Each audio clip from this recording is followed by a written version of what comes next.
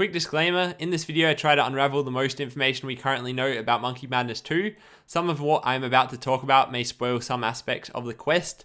It is all information available to the public, but if you wanted to go into the quest with as little information as possible, stop watching this video right now. Next week we will see the release of Monkey Madness 2. Monkey Madness 2. Come on. The first ever old school RuneScape exclusive quest and the first ever old school RuneScape Grandmaster quest. As you may already know, I really enjoy questing in old school RuneScape, so I'm really excited about a new quest coming to the game in just under a week's time. I've decided to make this video to talk about what we now know about Monkey Madness 2 in order to be as prepared as possible for its release next Thursday. So what do we know so far about Monkey Madness 2? Currently, it is scheduled for release on Thursday the 5th of May next week. In terms of requirements to be able to start Monkey Madness 2, Mod John C tweeted this image. This shows you will need 70 crafting, 69 slayer, 60 hunter, 55 agility, and 55 thieving. However, in the image he tweeted down the bottom, it also says that high combat, thieving, and agility is hugely beneficial. On Reddit, in reply to someone's comment about players attempting the quest with the bare bones 55 agility and 55 thieving, Mod John C said, quote, "I will enjoy watching anyone try." So from these statements and the general mood conveyed across some of the live streams, I think that although 55 agility and 55 thieving are the technical requirements, you will definitely want to have trained those stats as much as possible beyond just level 55. Personally, I would be aiming for at least around level 70 in both, if you can put that time in. I don't know about you guys, but if there's one thing that frustrates me while completing quests, it is failing agility obstacles. A few additional things to note while talking about the skill requirements to start Monkey Madness 2.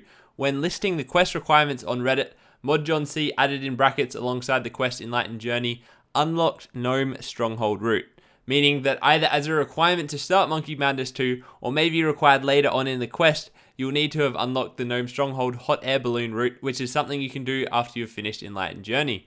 The requirement to use the Gnome Stronghold route is 60 Firemaking. So I think it is fair to add both 60 Firemaking and having unlocked the Gnome Stronghold Hot Air Balloon route to our list of Monkey Madness 2 requirements. In reply to a tweet asking Mod John C whether stats will be boostable for Monkey Madness 2, Mod John C replied with no, so you will need to have all the skill requirements to begin the quest and you will not be able to boost them. However, Mod John C did confirm that agility boosts would help success rates during the quest, so skill boosts will be worth having on hand, such as Summer's Pies, for raising your chances of succeeding on things like agility obstacles. In terms of quest requirements, players will need to have completed the Recipe for Disaster King Awowogei subquest.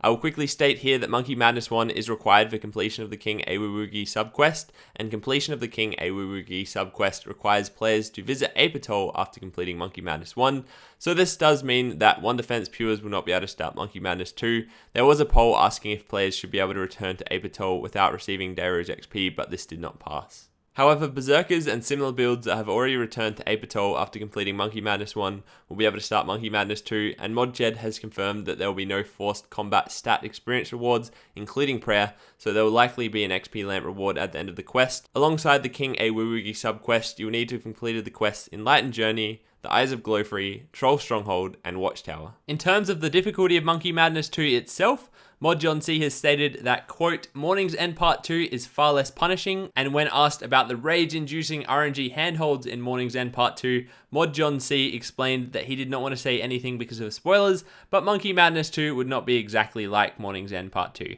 So what I gather from this, and what I hope, is that for Monkey Madness 2, they may be having more challenging puzzles than Morning's End Part 2, but hopefully it won't share the same RNG-based agility obstacles that made Morning's End Part 2 reputed as a very frustrating quest. Also, one other thing to note, you will not need a partner to complete Monkey Madness 2. There were various responses by JMods with regard to this, but this has been confirmed as not happening. As for the rewards, at minimum you'll receive a pet monkey and 3 quest points, and I think it's also highly likely that you're going to receive an XP lamp to use on combat skills of your choice, maybe even a skilling XP lamp, as well as a new farming patch and new gnome glider locations. However, upon completion of the quest, you will be able to kill a monster that drops parts of a ballista.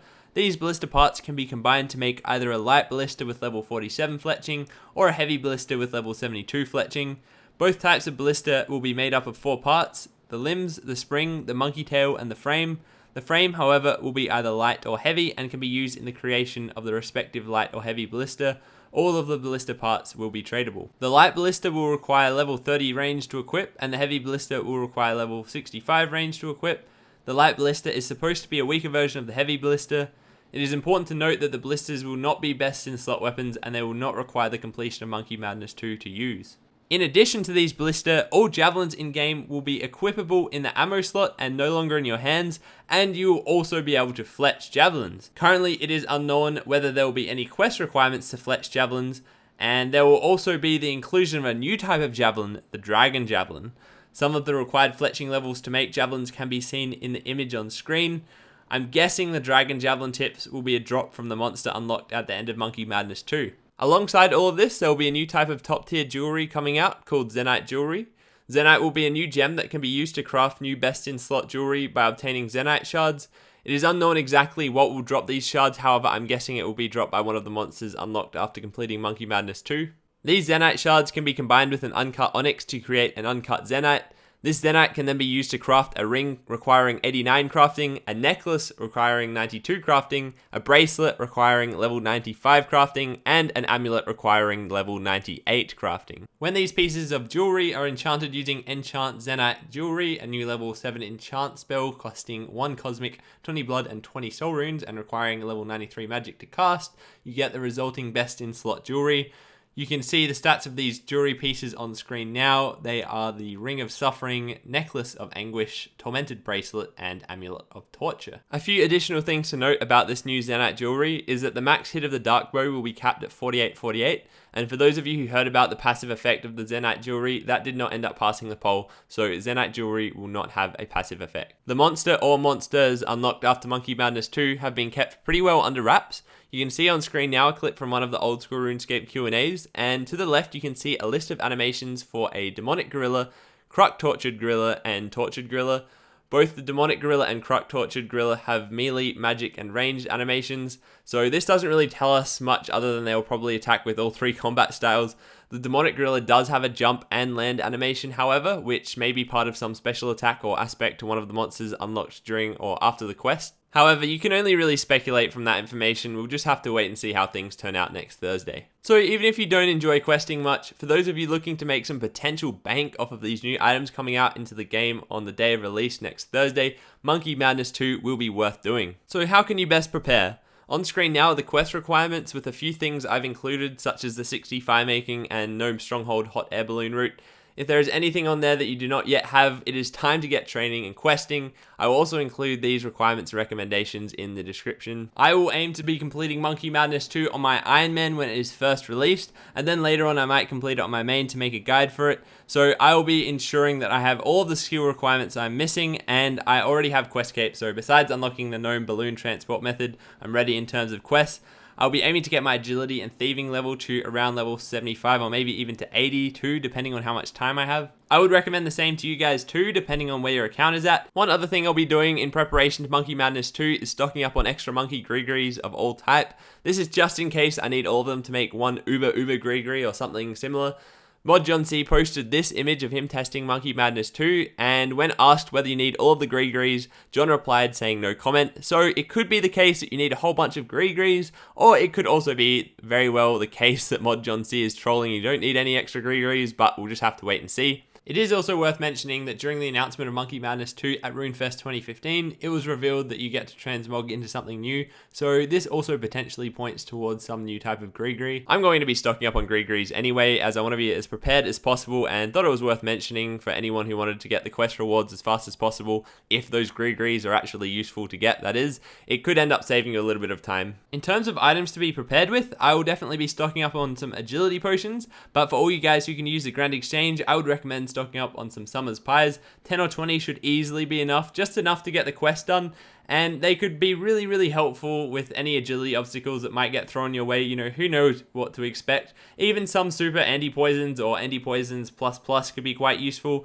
You know, there might be areas of the quest where you can get poison, so that could be quite handy. At the end of the day, it is better to be more prepared, have more potions and supplies than you need, rather than trying to buy them last minute. There is almost definitely going to be a big boss battle where you have to kill some sort of demon conjured up by Gluff at the end of the quest. And then those of you planning on fighting the new monster unlocked after completing Monkey Madness 2, you'll definitely want to stock up on as many potions and food as you can to make the most of the time straight after the quest is released, so that you can try and get your hands on some of the new items as quickly as possible. Anyway, I hope this video has helped summarize most of what has been revealed about Monkey Madness 2 so far, and that no matter what your account stats are like, that this gives you a bit of help with any quests or skills that you may have yet to get finished before Monkey Madness 2 is released next week.